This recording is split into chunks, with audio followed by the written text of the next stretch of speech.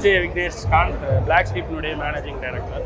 So black sheep ஒரு media கம்பெனியாக ஒரு 5 பேரால் தொடங்கப்பட்டு இன்றைக்கி ஒரு 200-250 பேர் வேரியஸ் எல்லா வெர்டிகல்ஸ் இன் மீடியாலையும் இன்றைக்கி இயங்கிட்டு இருக்காங்க. பிளாக் ஷீப்புக்குள்ளே இன்டர்னலாகவே ஒரு 150 பேர் ஒர்க் பண்ணிகிட்டு இருக்காங்க. இப்போ பிளாக் ஷீப்ன்றது யூடியூப் சேனல் ஆரம்பிச்சு அதுக்கப்புறம் படம் எடுத்து இப்போ சித்திரம் டிவி வாங்கி இது மாதிரி ரொம்ப பெரிய டிராஸ்டிக்கான ஒரு சேல். லைக் யூடியூப் இருந்தாலும் இவ்வளோ படம் பிடிக்கும் அப்படின்னு எல்லாராலையும் ஆச்சரியப்படப்பட்ட வந்து ஈவன் இப்போ வந்து அவார்ட்ஸ் அளவுக்கு போயிட்டாங்க. ஸோ இவ்வளோ பெரிய டிராஸ்டிக் சேஞ்ச் வரதுக்கு இல்லை இவ்வளோ பெரிய முன்னேற்றம் வரதுக்கு எது வந்து ஊண்டுகோலாக இருந்துச்சு?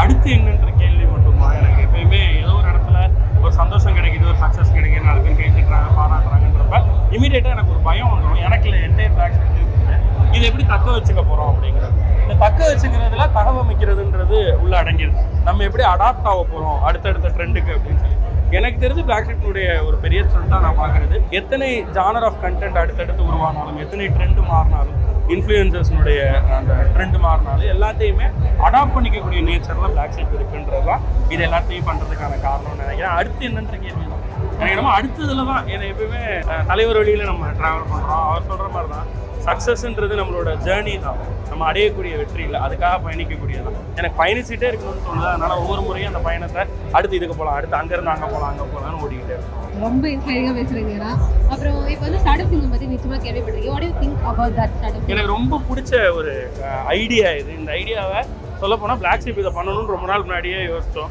ஷார்க் டேங்க் மாதிரியான ஒரு விஷயத்தை இங்கே கொண்டு வரணும் அப்படிங்கிறது இது ஒரு ரைட் டைம் டு பிகின்னு கூட சொல்லலாம். இதுதான் சரியான நேரம்.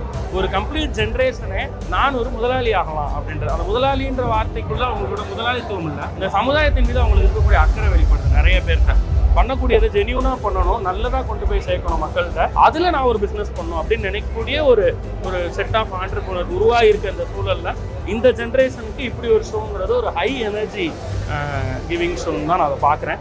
ஸோ நான் உள்ளே சொன்னது தான், இதுக்கு முன்னாடியெல்லாம் ஷார்க் டேங்க்னு சொல்லுவாங்க. அதாவது அதில் உட்காந்து முதலீட்டாளர்களை ஷார்க்குன்னு சொன்ன இடத்துல இருந்து இன்னைக்கு அதோட பயனீட்டாளர்களை சிங்கம்னு சொல்கிற இடத்துக்கு மூவ் பண்ணியிருக்காங்க அப்படின்றது இதுதான் மற்றவங்களுடைய பார்வைக்கும் நம்மளுடைய பார்வைக்குமான வித்தியாசமாக பார்க்குறேன். ஸோ ஸ்டார்ட் அப் திங்கிங் பெரிய வாழ்க்கை.